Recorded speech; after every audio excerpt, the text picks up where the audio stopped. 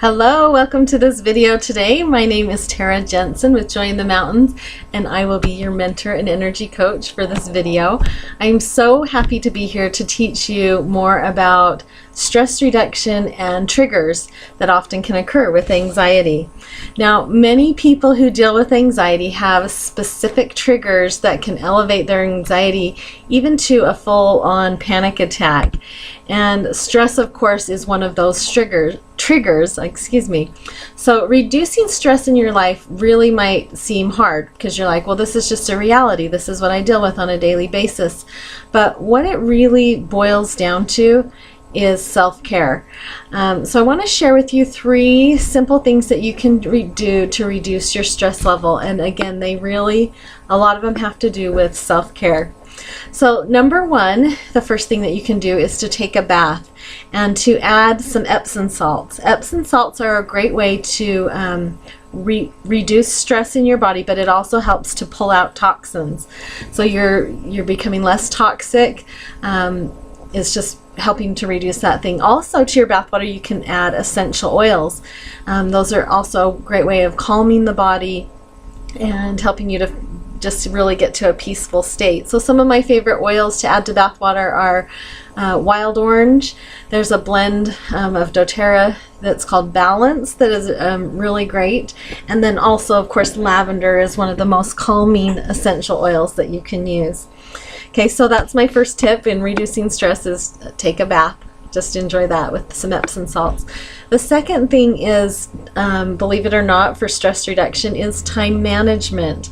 Now, I know this might sound a little funny, but stress often really hits us when we feel like, hey, I don't have enough time to get everything done. Even in the evening before you go to bed, I know that's a time when a lot of people start to feel anxiety because they're laying down and their mind is just churning over all these things in their mind about the past, about the future, about what they didn't get done. And so I would invite you to, before you go to bed, maybe 20 minutes before you go to bed, to pull out a piece of paper and do a brain dump and just write down all that stuff that's going on in your mind, and then take time to say, okay, what really matters, and then kind of maybe categorize those things and time chunk. Figure out, okay, tomorrow I have this period of time between 9 and 10, I have this period of time between 1 and 2, whatever fits into your life, but really schedule those things into your day, because that's going to cause you a lot less stress when because when it's not time managed into your day, usually it just doesn't happen. Other things take over. So I want to encourage you to, again, do that brain dump the night before. Categorize what you need to do the next day, and your brain will just start working on it and figuring it out for you while you sleep. So it's a great thing to do before you go to bed. Again, that will reduce the anxiety while you're trying to go to sleep, and then you've already got it fit into your day for the next day. The things that are the most important. So anyway, those are the first 2 tips. The third one is to take time to get out in nature.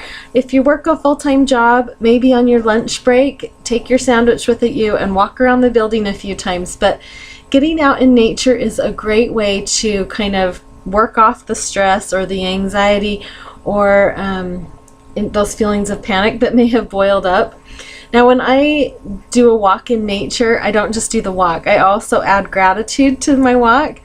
So I try and think of, while I'm walking, 10 things that I'm grateful for.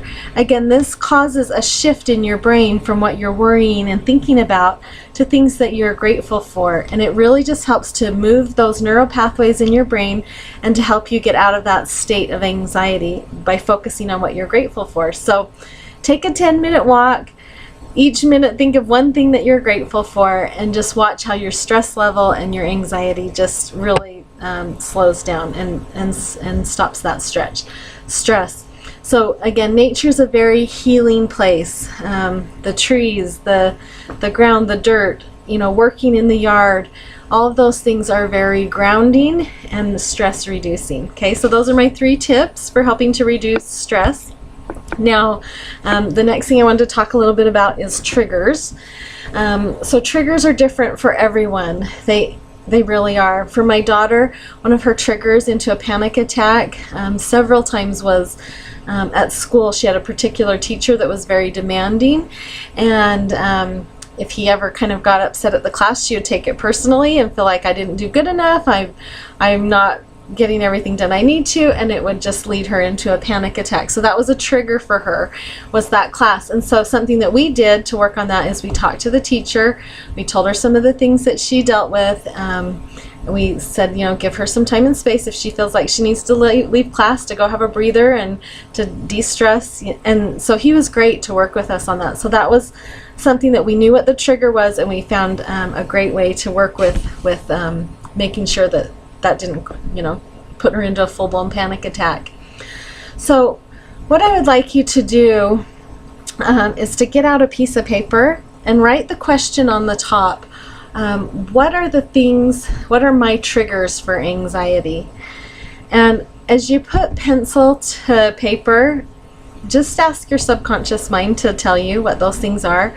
You may already know some of them, just thinking back to experiences. You know, some of the common ones are going into large crowds. Lack of sleep is a big one that where anxiety can pop its head out. Poor nutrition, family stress, such as divorce or fighting, things going on in the home. Money is a big trigger for a lot of people. Fear is a big one. Fear or worry, worrying about the past, worrying about the future, those are triggers. So worry is a trigger. Toxic relationships or people, or like a boss at work. Jobs can even be a trigger. So knowing what those triggers are so that you can be able to figure out solutions for those triggers, just like we did with my daughter for school. So once you know what those triggers are, of course, then you can do something about it. And you might need to be, like with the lack of sleep, you might need to be very specific and say, okay, I'm going to go to bed at this time of night and I'm going to wake up at this time. I know I need X amount of sleep, or I don't function properly. And that's, again, where anxiety can kind of rear its head. You might want to meet with a nutritionist and really look at your health. Anxiety seems to be more prevalent when poor nutrition is happening. Not always, but I'm just saying it happens. You may also need to do some healing work and some affirmations and really diffuse the air around money or those fear stories, or the stories that we keep telling ourselves that cause the anxiety. So you also might need to disassociate with toxic people in your life. You may need to change jobs. There's different things that you can do. Again, when you know what those triggers are, you can create an action plan that really helps you to move forward. Now, I am really good at working with individuals and also with groups to help you kind of micro focus in on what those triggers are and help you to kind of figure out how to turn it around and make it so that it's not a trigger. So I am going to leave a link below this video on my program, my group mentoring program called Creating a New Story, and I think you would absolutely love it. It just kind of gives you some tools on like time management and clearing out, you know, the old clutter and just different things that help you in moving forward, creating this new story for your life that really is free of anxiety and panic or stress or all of those things. So I really want to thank you for joining me today on this video. I really hope that you will take time to do one of the stress reducing activities that I talked about at the beginning, and then really take time to write down those triggers so that you're aware of them and you can start creating that action plan to change those. And again, if you want to join us in our group mentoring where we work on those action steps, I would love to have you join me. So thank you. Have a wonderful day.